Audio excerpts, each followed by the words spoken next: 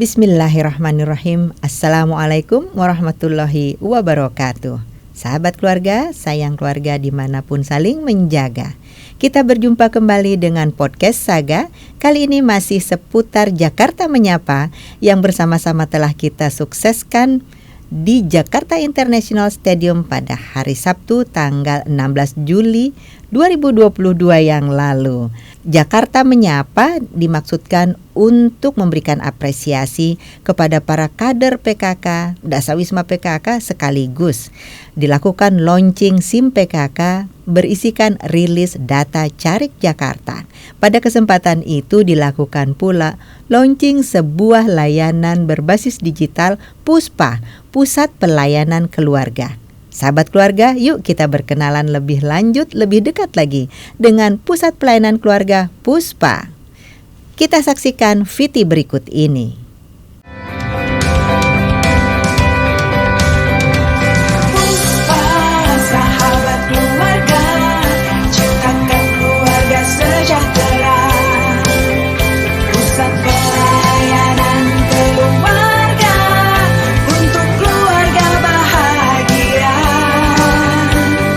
PUSPA, sahabat keluarga, ciptakan keluarga sejahtera.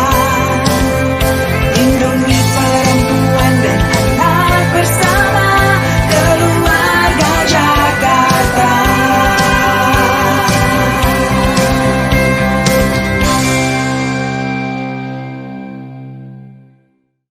Sahabat keluarga, setelah kita menyaksikan VT yang baru saja diputar, tentu kita ingin mengetahui juga lebih lanjut lagi secara lebih detail setiap pelayanan yang disediakan di dalam PUSPA.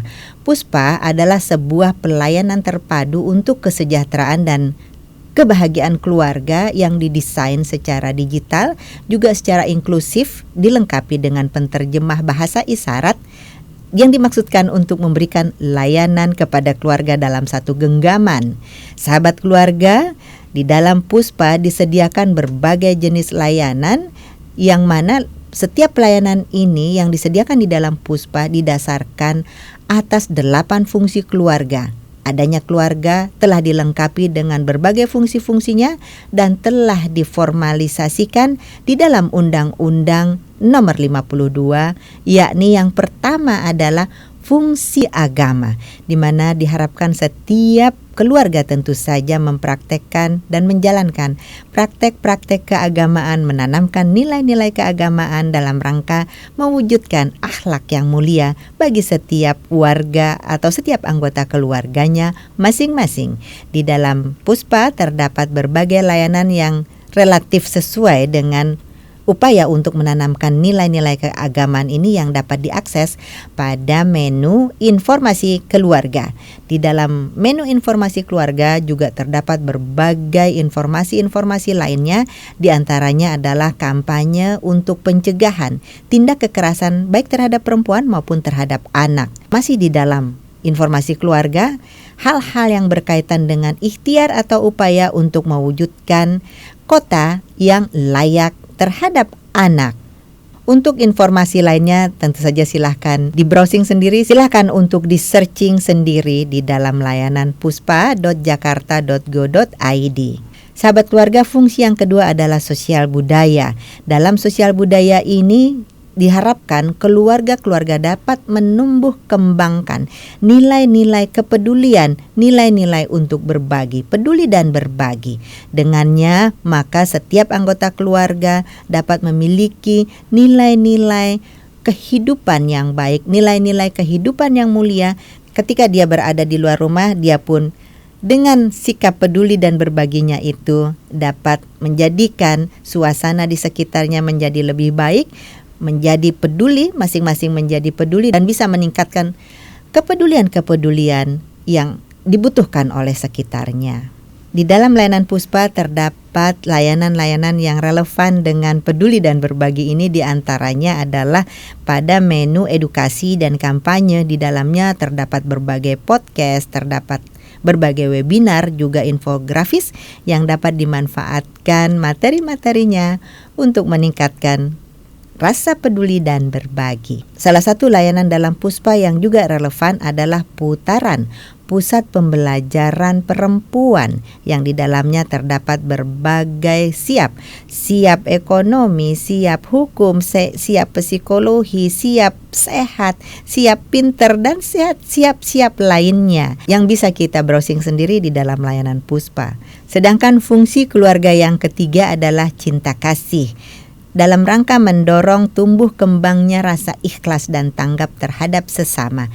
Puspa menghadirkan juga Bagimu. Bagimu merupakan singkatan, yakni bahagiakan anak, beri gizi yang seimbang, dan beri stimulasi yang baik agar tumbuh kembang anak juga menjadi baik tentunya. Dengan cinta kasih, maka anak akan bertumbuh dan berkembang dengan memiliki rasa ikhlas dan juga rasa tanggap. Fungsi keluarga yang keempat, perlindungan, untuk menciptakan rasa aman dan nyaman dimanapun kita berada. Tentu saja kita ingin memiliki rasa aman dan nyaman tersebut, siapapun kita, baik kita sebagai orang tua, apalagi anak-anak kita yang perlu ditumbuh dan kembangkan di dalam lingkungan yang aman dan nyaman tentunya. Dalam Puspa terdapat pula berbagai menu yang berkaitan dengan bagaimana menumbuhkan rasa aman dan nyaman dalam keluarga. Di antaranya adalah materi-materi berkaitan dengan upaya-upaya pencegahan tindak kekerasan baik di dalam rumah tangga maupun tindak kekerasan dimanapun kita berada. Jangan menjadi korban, apalagi menjadi pelaku. Seandainya sudah terjadi korban tindak kekerasan, maka cepat datang melapor, bisa melalui Jakarta Siaga 112, bisa juga datang ke pelayanan kami yang ada di Puspa pada menu layanan lapor tindak kekerasan. Fungsi yang kelima adalah fungsi reproduksi, di mana keluarga sebaiknya dibentuk secara terencana dan berkualitas, sehingga anak-anak yang dilahirkan adalah anak-anak yang memang direncanakan dan juga dapat ditumbuh kembangkan secara berkualitas pula. Dalam Puspa disediakan pelayanan telekonsultasi, mulai dari calon pengantin sudah bisa berkonsultasi, lalu kemudian ibu yang sedang hamil, ibu yang menyusui, ibu yang pasca melahirkan, maupun juga parenting untuk keluarga yang memiliki anak 2 tahun ke bawah maupun keluarga yang memiliki anak 5 tahun ke bawah. Kami sediakan pula tim pendamping keluarga untuk percepatan penurunan stunting dan mencegah terjadinya stunting. Selain itu, telekonsultasi juga kami sediakan untuk konseling pencegahan tindak kekerasan baik terhadap perempuan maupun terhadap anak. Kami sediakan psikolog dan juga advokat, tenaga-tenaga hukum untuk memberikan penjelasan dan konseling bagi keluarga-keluarga yang membutuhkannya. Saat ini kami siagakan 10 orang psikolog, 6 orang advokat, 21 bidan penyuluh keluarga berencana, dan 44 pendamping jackpreneur. Sahabat keluarga dapat juga melakukan konseling terkait dengan usaha yang sedang dirintis maupun usaha-usaha yang sedang dijalankan melalui 44 pendamping jackpreneur yang kami siagakan. Pelayanan telekonsultasi kami sediakan setiap hari kerja pukul 8 sampai dengan pukul 16 dengan jeda pukul 12 sampai dengan pukul 1. Sahabat keluarga, fungsi yang keenam adalah sosialisasi dan pendidikan. Hal ini tentu saja terkait langsung dengan tumbuh kembang yang bahagia bagi putra-putri tercinta kita semua. Untuk itu kembali lagi Puspa menghadirkan konselor-konselor yang berpengalaman dalam bidangnya masing-masing untuk mendampingi para keluarga di dalam menumbuh kembangkan putra-putri tercintanya secara baik, secara berkualitas dan bahagia tentunya. Silakan untuk mengunjungi layanan kami di telekonsultasi pada Puspa. Fungsi yang ketujuh adalah fungsi ekonomi. Untuk mendukung hal ini, Puspa hadir dengan berbagai fitur-fitur, di antaranya adalah telekonsultasi terkait dengan jackpreneur, yakni memulai usaha maupun meningkatkan upaya-upaya untuk usaha yang telah dijalani melalui telekonsultasi jackpreneur.